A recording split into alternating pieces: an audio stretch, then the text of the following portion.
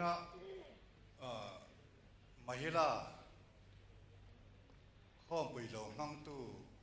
un sang sanga tanga local te in zawa in chi bai ule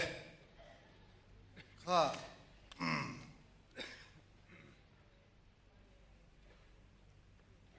ta tam zok chuan min hredon lova enge mo aran sei don ni te point ti anga ma se puina hian in ma hetia ka lo din na chan chu in ho huna in then om khoveng te po in sil ve anga in pasal fanau te po in sil ve anga party dangami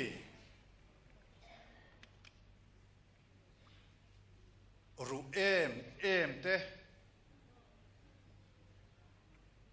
chung ang ho po chu ni se in silang enga tinge chan kan ti chuan tuna hian Mizoram hi silai tel lovin centralin athun waya aron da to a chu mi song song in kan shelo ani mai theya a riat thei dan ol samber chu forest conservation bill tun session nun ber special session lo zo ka khan BJP hoin an puluta chuda chuan khati hun laya bill alu lai khan zonet cable TV 10 discussion nei turin Mizorama mirin tlak chinchang hria khati lama expert te an soma an ti hova entin nge he bill hi pasta se Mizoram te kan lo in hum himanga entin nge ma kan la kanga entin nge kan do dal ve theyang ti kha an sei hova an sei ngai nom khop maya kha khain du hun huna in phone in en theyani ti chuan chi sang sangin an soya an sei dan ang kil kel chu ka sei lawanga an mang anga entin nge kan in ve nang dan mangin kan in veng thei to lawa Mizoramin Forest Conservation Act kan lo nei ve dan ang hian kan in hum him thei bok si lawa entin nge mo kan ti don ni engpo ni sela central hovin entin nge ma an ron lak te hi kan ngai chang ri photanga zir chiang ila a chelu tuk zong chuan ma an ron la lowang ti te hi ring ila ti te chu an thutluk na ani a ti chuan chu bil chu hlaw ang nge yin parliament a pass alo ni ta a ha bil khan pass to nu chuan act alo ni ta a ti tur ti na ni ta a ti chuan khamian pass ni la khan president ne na an thon chowa assign nga la ti chuan tuna kan lang ha om chun chu gazeta an chwa chi ani chu du huna an chwa theya ti fel vek to ani awang khan an mang tan deu ti to ani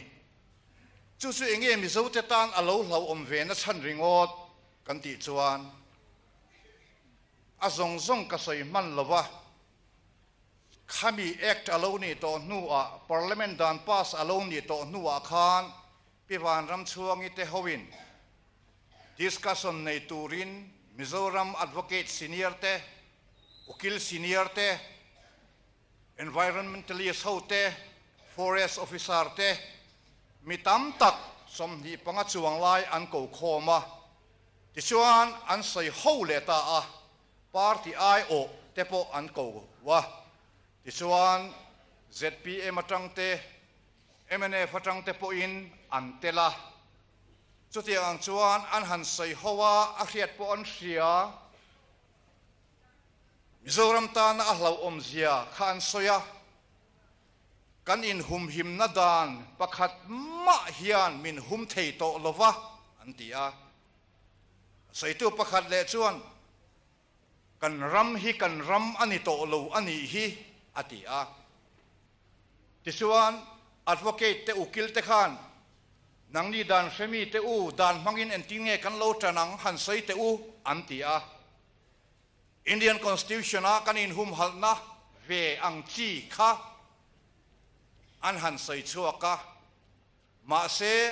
state sarkar state assembly in dan alo nei le central sarkar in dan anei kha ain su ani chuan alal zok tur chu central thu ani chu wang chuan dan mangin entin ma ke ni hian kan ti le theilo ani chu tu te sei mo Mizoram advocate senior te soi ani chu ta po thu boya mi ko hlo em te an ni a thu boy dang chun chin fel sak zungan ai oin an vadinga an ti chuak zung mai ma se Mizoram chan chuan na turata na kan advocate senior ten ti thei an nei lo ni chu ti chuan a soya piang in a hlau om zia te an soi veka party ai opon an soya in hum him na dan kan nei lo 371G vai lo lu phal lo na ang chi permit ngai ti te po hi eng ma khoi dang lam lovin he dan hian aron lia khu ngal vek ani anti a an mang anga asai tu piang an mang anga tuna hian in hovele in LC kha en chin te u in housing pass kha en ula forest land ti lo om nge yin ka ring achan chu Mizoram sarkar hian sang kha zakwa somriat bak kha revenue record om lova chu central sarkar in anron rin tur ani a veng tam tak chu sang kha zakwa somriat ta khan ram hnuai anga chin chia ani ti na ni chu khang ang ho kha an mang du ani chuan in LSC forma ulatian entin ma anti don lo an ngai dam don lo chu JCB an nor thuk tir mak mai don ani chu tiang ang chu Uttar Pradesh a khen me ka in engzat nge an nor chiat to lekha poi mo zong an nei veka police ne na an kala police ten an lo nui mai ani ti ngai na om lo an du piang khan nor se mak maya chu tiang ang din huna chuan Mizoram hi kan ding reng thei to nakina ani lo tu na tanga kum som thuma ani lo som po ani lo nakuma hian MP in than a om do na chuta chuan BJP an lal le ani chuan Mizoram pastor te po in Jai Sri Ram anti angai tawang chumi laka in hum him tur le Mizo tele Mizo Christian nate kan ram ngei te kan in le lo te kan huan lo ram zong te chu Forest Conservation Act of 2023 in minron nei sak vek to ni chu for security infrastructure anti a azau lu tuk chu khil fia ngai na po om lo ram ven him na turata na infrastructure antia ing yen dinang thona tum hun an din theya mandir an sa theya airport an sa theya rail kong an sa theya engkim ti khana khai khom vek LSC kan nei thatho kan pa hi revenue director ania ti in ahum don lo tuma ahum theilo Modi ale Amit Shah hian thiam pakhat anneya chu midang te ti chiat ani an hobby ania midang te lungai na turte an mang an na turte hi nileng zan khuwa hian an ngai tu char mai ni chutia ang din huna chuan Mizoram hituna om mek to a ti chuan UT pa in en tur ka sil leng cheu in ho vele enang cheu nge in ZPM leader hi pulal du omani a thil shedeu mayania IPS officer bangat ani ama thuwa bang thil hi shem maya chu chuan an mani party chung in khoma Forest Conservation Act hlau om zia kha kong sari asayani appointed te in a hlau om dan Mizoram in kan dole thailo dan eng dan ma in kan dole thailo ani ti kha chisari asaya asoi kha adik rek ani ti chuan atu soi clip na chuan ti hian ati a kan MP tele kan sarkar te hian tran la sela ti chuan mi puyin an tha ti chak ila ti chuan BJP chu kan pai kha thei nge yang an ti a kut an beng dur mai ni chu in en huna po in muanga athu clip na ni chu midang soi sel chu ka du lowa amai ro chu kut an ben na chan kha ka khelowa entin nge ZPM in BJP an pai kha kang ti hi angai na reng ka khelo tu na hian MP zathum pathum an nei ni ZPM chu sarkar po ni ma sela MP in khada tling hlau po ni sela Lok Sabha a MP pakhat an nayanga Rajya Sabha a MP pakhat an nayanga eng bil ma an pulut thelo central azam pui an nei silo Lok Sabha a hian party regional party tualtro party le ngalin MP pakhat lek nei hian eng ma ati thelo ani ti hi voina hian shereng turin ka du chewni ti chuan MNF an omalom an ni ram mangai tu te Mizoram ta na po kum som ni lai ram mu to te an ni a an nin min chan chuak mayang tin nge kan min chan chuak Mizoram advocate senior te ukil te an mang ang vektoa party ai o ten mang anga Mizoram mithiam forest officer changlai mek te po an mang anga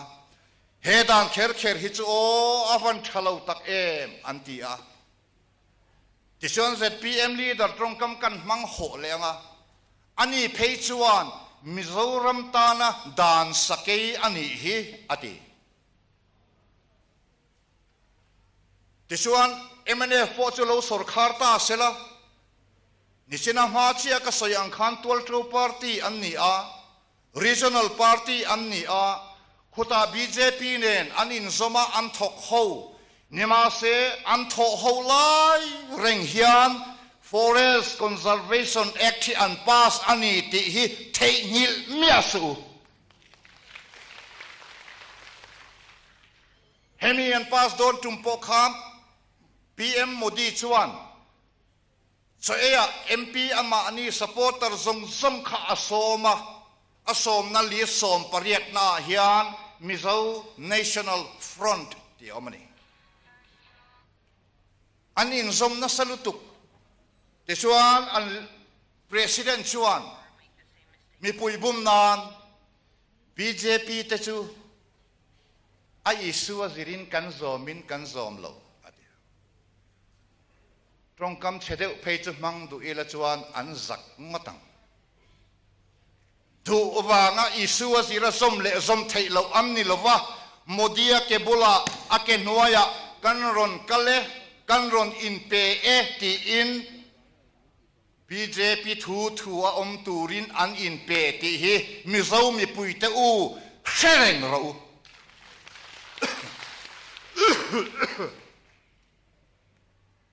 piom pui tui ka van mamo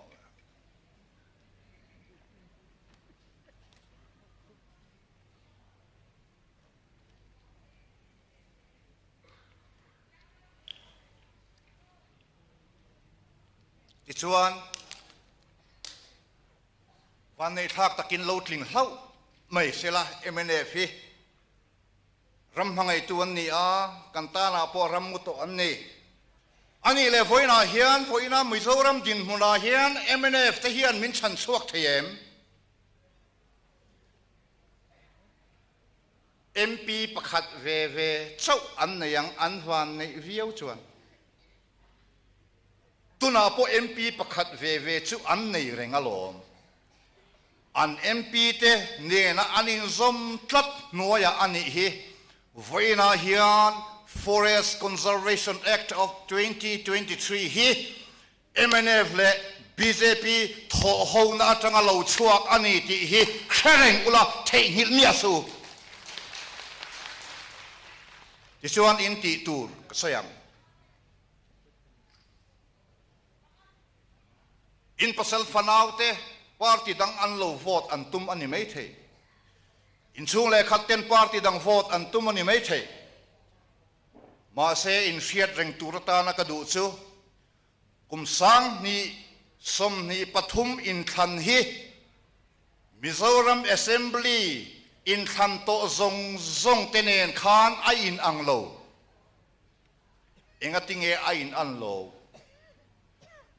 kumdanga khachuan ramle nam in chan chua angai lo kan sa khuana in chan chua angai lo din hunder thonga po ading lo ma se tun nisom pariat atanga nisom ni panhi khan modi aten special session an kowa chuta an ko nia chuan BJP ho chuan India Constitution buthar chuthar hi MP zong an sem veka chuan Adir Chaudhary Khan Congress MP Khan riat to nu ma ni se en tin nge mo an han chuthar reng enge mo chuthar angai na le engwanga bin sem vek nge mo ni le ati akewa Constitution pakhatna hian Prime bula en tin nge ain zia kan ti chuan we the people of India having solemnly resolved to constitute India into a sovereign mania ro in rela thuna in a vortob nei turin socialist sarkar sumle paite tam thei ang ber mi puitana mang turin secular sarkar le rinna sa khuana in kung kai mi lo tur le sa khozalen na chungchang democracy ang takakal turin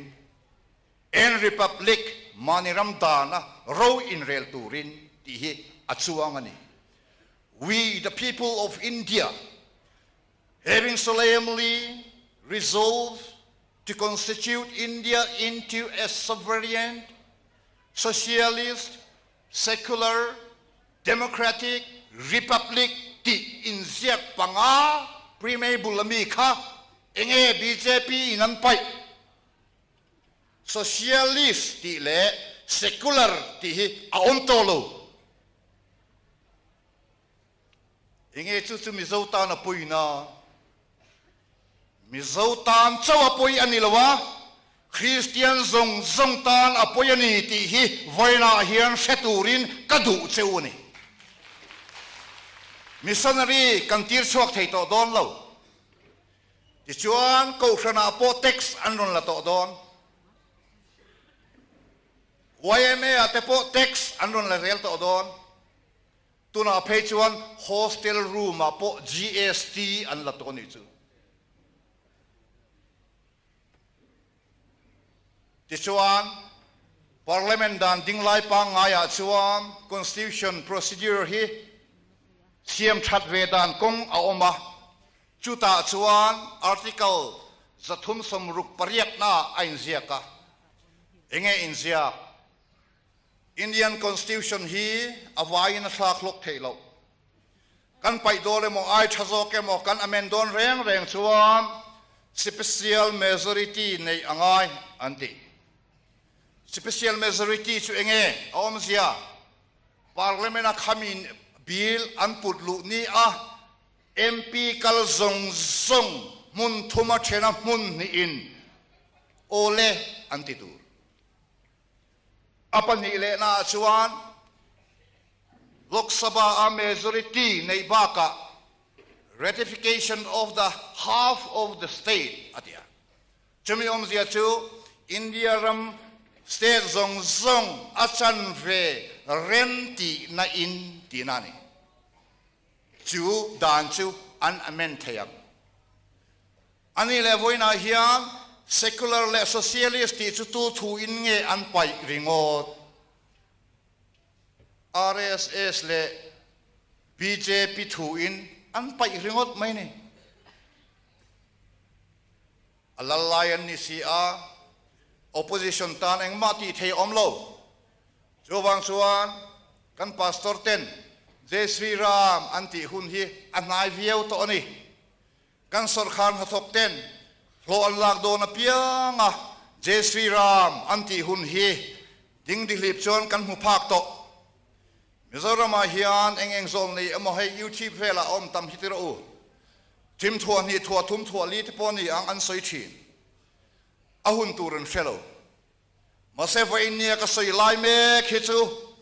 sang ni som ni paliat theng mai thei ani ti sia ila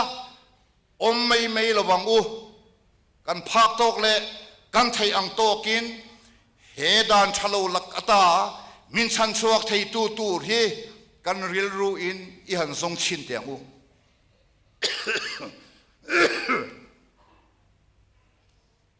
kan soi ta ang khan party dang pani te chu an fel rampon mangai zel pon tum ma se tun din mun atan chuan MP pani chau an nei do na wangin forest conservation laka hian min chan him thei lawa min chan chuak thei lawa chu mai chu alani lo uniform civil code amalo ka hian om ran to me ni chu amit sa ana keng vung to na tian bil da lu mai tur khan to chu uniform civil code chu tam tak an soi aula sam zong in soi la chiang kuang taka ka hil fia chuan hun a he lutuk chuwang chuan aul sam thei ang perin kan soyange mizo mei chia te po in hindu mei chia anga in angai to don mizo mi pa te pon mizo nu nge po nei ila mei hi kan lakal hwal tuk tuk mai thei ni baza te nen te ga kan kalkual nga voi sari chu hun chu na kum loka hian thleng mei thei turin a om Jowang chuan enge kan ti ta kang le mizo te u mizo rama cheng te u enge kan ti ta kang kan party lian dang MNF ten MP pani chau an nei don si a ZPM ten pani chau an nei don si a tuna hian congress central lama an tlak siat lai ber ani a chuti chung chuan MP som nga pariat an nei asin Rajya Sabha a thumriat an nei asin chu an tlak siat lai bera an MP nei zat po Mizoram kan party pani te hian an nei zo don lo ti chuan in ti tur chu in hrethiam tanem in pasal fanaw in fanu in fapa in dang to po la in dang lo po in thian in ngam tlak lo po Puzoram thanga te lal du oma te po ramle nami mangai tak takani chuam hei le Forest Conservation Act wang hian kan ram hi aboral don si a ram hangai te u election lo thena chuan kut pha hian tet watiro ti theu tur ani chu chuwang chuan ZPM pon ram an mangai tak ani chuan enge an ti tur kut pha an me hian Mizoram chan chuan a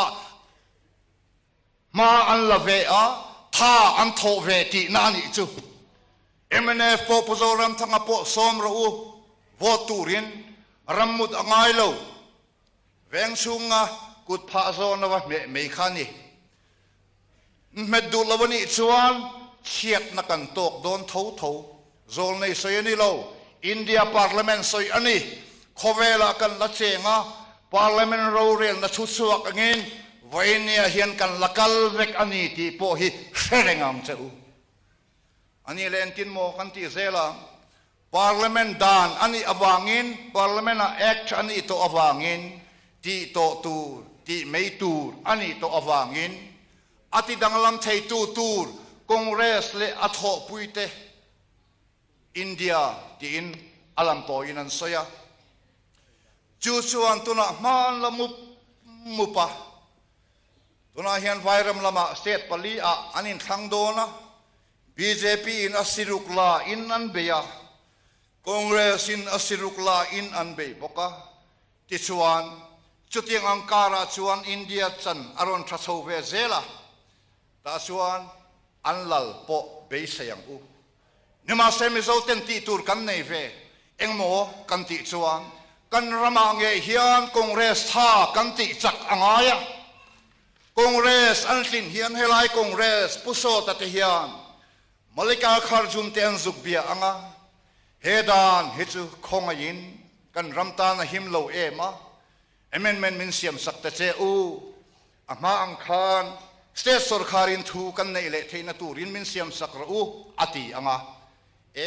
lungai reng su kan ti halang anti mai don anti hal don anti don Rahul Gandhi nen po hian Facebook abloka kan in bethina chura chuan hei hi chu Mizoram ta na thalawasi ani le central lalta ul gas bur khat hi zarukin Mizoram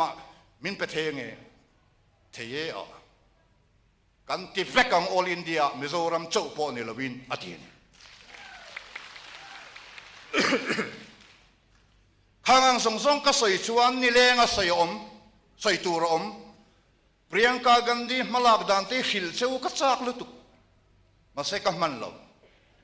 ani le all India mahila president tunga sia ban han parte u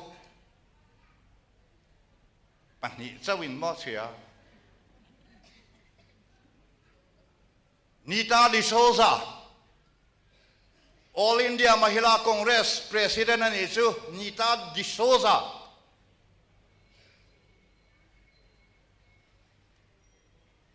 apoi lo khami hiat lo chuan vote thak huna kut party wa me kha poi mo zo chuan in ti tur homework chu ipasal emo ifanaw emo tu po ni ro se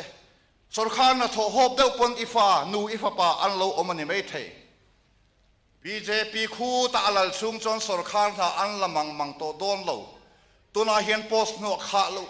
kha lo ringot thi engzat nge department tina hian noi khat le sing sari te noi ni te a omani rela ringot po rail station atify tu bathroom tify tu khating ang neu thleng khan ti thlengin chutia ang rail la no kha lo ringot po kha engzat nge atam lutuk India thalai te an thin rima Narendra Modi birthday khan TV anlo mapang party an thea ma se India state sang thalai te chuang namu lo awangin kong te an zo Pradhan Mantri Prime Minister Modi birthday lo maya isen kror chuang tam tak ai khan engatinge ke ni thalai te namin pek mai lo Nitish Kumar Bihar Chief Minister Athinarima UP Alekha Athona UP Tlangwal te u Biharin na kan la don in thiam nai na klin phot chuan state dang po ni ula kan la don cheu ante rail khat tru nin khamini khan rail service apiang kha Bihar lam panin akhat em fek me chunga ten chuanga ti chuan Nitish Kumar chuan written test an lo nei tira department franga chutiang ang chuan tuna hian Modi ale Amit Shah chan vo hi achetel tel toa chowang chuan central Congress kai hruai na party in zamkhom India chuan lal na achang ngei dona he dan sakei party dang ten dan sakei anti atluang tlampanga ya chuan Forest Conservation Act min chia sak le turin Rahul Gandhi te hian Sap takin wainia hian Mizoram an khir me kan ni ti sherau khai hoilai state nge boilo Yogi Adityanath lalna Uttar Pradesh abuai namulo eng kema boy so to Rajasthan hian kumnga in lal chok thi nan nei ma se tun tu ma chon BJP ho lal an hop to lo an ma ni po in zong zong zong chu ka sei man lo apoi mo ber ka sei non le don veng chawa in honga in LC en ro forest land ti lo ni anga vai chedeu hoin JCB anon khalanga anon nor siat tur hun hi sang ni som ti pali ni an thin le vai chuan chawang son Mizoram kam ti tur om chum chu kan thiam te na zong mek te college kal mek te kot na thok tu te po in kan zawa in ramle nam chan him hi kan bat an ya wangin congress kan vote turani ti hi in tlang out turani kan sa khona kan Christian na hi tuna hiam nek chep anilo ti boral mek ani ti boral mek ania noi chimi rek antuma Indian constitution atanga po secular ti le socialist ti chu thai chiat alo ni ta ni chu chati khop chuanin modi ati hi an ngam pat to lain voinia hian kaman lo ti du to su tongkam ka thiam lo ti su congress vote ta che Mizoram hi kan ramani to lo BJP in forest dan mangin an nei vek to ti isoi kha ato soi mero isoi na chuan mi pon an oi ve ang chuan soi tur tam tak oma democracy om to lo chu kan sei leang enga tinge democracy ram kan ni lom ni oni India in an thil fia dan chuan democracy chuan kepali aneya legislature rorel namun Lok Sabha te executive minister ho a ruling apiang minister ho le sarkar na thok ho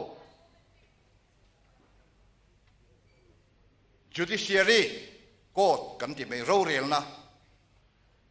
chu chau chu ni thina ma se media lo tam ta ka hiam lo poi mo tak em awang hen media an til leta democracy hi ke pali na ina ding thina tuna suam legislator ake pakhat na chu modi ate sarkar nia om to lo an du dan an mangan du dan an thai sia an du dan bil mangin an thukru a ti theiluin an siama chumi te khin na thaber chu del hi si emani chief minister ani ve ang ma ti theilo VIP light at sia akal mai CCTV po vodon se governor adil zelangai eng ma ti theilo arvin ke thual hian eng wange modia sualwa governor ne na thunai na perek supreme court po sa to lo chu legislature le executive chu an controla judiciary hi sangni somni le panhi theng khan an controla kati pal sangni somni le panhi November theng khan an controla tuna chief justice Dian laya Yaswant Chandrachur hi afel ema arorel na dik ema chumini wangson modian a control ve theilawa nakuma a pension don chu omzia chu akam tan to tina ni chu chuan media tuna isolan national news state news in mu zong hi modian a capture vek a capture munung berkha NDTV ania chura suwan san khatchu modia khan kumkwa kana tho hi thatokin in puang turani antia han phone NDTV nei tu pahi tu na hian Gautam Adani ani deita suwan modia na tho thatan tia dot khanan zia trewa khamiza na duty kha Sarah Jacobs ania jo Sarah Jacobs su Christian ania suwan ala thalai deuh te lomnan James Bond film a hian misual nu a chang tu nu tur po hi clean har lutuk ania achang tu nu a po clean har ani ma se Sarah Jacobs ka chu James Bond film a po atling ani mela tha pian anal bok Christian ani bok modia thilti thaddo ta anzia chu a duty ni si apuan lo adu ma se ti ngai na khelawa an puanga Mel ngui takin nidang ang lo takin apuang sawa ban na aziaka ahoa aban Sunday. Chuti ang suan for India hetilaya kan mu Republic TV ti te arnab Goswami te fechu fake factory dot factory ani tuwa ma party leader ne ang mechain dot factory vek ani to ni chuti ang factual democracy ke palichu Supreme Court Chief Justice awang liao kwan tuna an lakep sar vek lawa khang in thandan anti dang lamdan te election commission in thandan anti dang lamdan te kan thuriap tur tam tak alom ma se program sei tak om si a jowang son ka thun hunga chuan enge inti tur hola youtube en ro forest conservation act kha en ro zpm leader soi khadik vek en ro adiglo pakhat chia om BJP kan pai thatheyang atia inti kongzong mai nan tan pai thak ngai na omlo apai thathei chu congress ani ti hi voine hian au pui zel ro chuan hetilaya congress an fin chuan puso taten pumala ten malika kharjunam juk phone nga Rahul Gandhi an phone nga hei purahul forest conservation act wang hian Mizoram kan mang angani India Premier Bula Constitution socialist le secular ti om to lo chuwang chuan hei himin thun sak le ro antenga o ngai thatakin lo om ula session masabera kan thun le ngal don anti don ani chuwang chuan in ti tur in feta in homework pakhat le chu election ma in pathum tal in min vek turani ti hini kapian tiratanga voi khatma congress lani ngai lo po hian engza nge kapin to in sian tun seng hian kapian tiratanga tun seng tuna thu ka sei lai mek thleng po hian congress kalani leine congress lo po hetik hopa ka chang ani chuan a congress pe chu ke ayana sa chang tun in ni lom ni hati zong kha voina ta na ka sei the to ni ro se Salome. Those who came from Delhi representing AICC, I was telling about the audience that the way Amit Shah and Narendra Modi are doing things, whenever they amend the constitution, there is trouble for Christians, there are trouble for Adivasi tribals, and for the minorities, and the way that the Forest Amendment Conservation Amendment Act is implemented, that is dangerous for the state of Mizoram officially. So I know that you cannot understand all my speech, but I hope you do so some small words. And I request to those who sit beside you, you ask them and they will tell you. Thank you.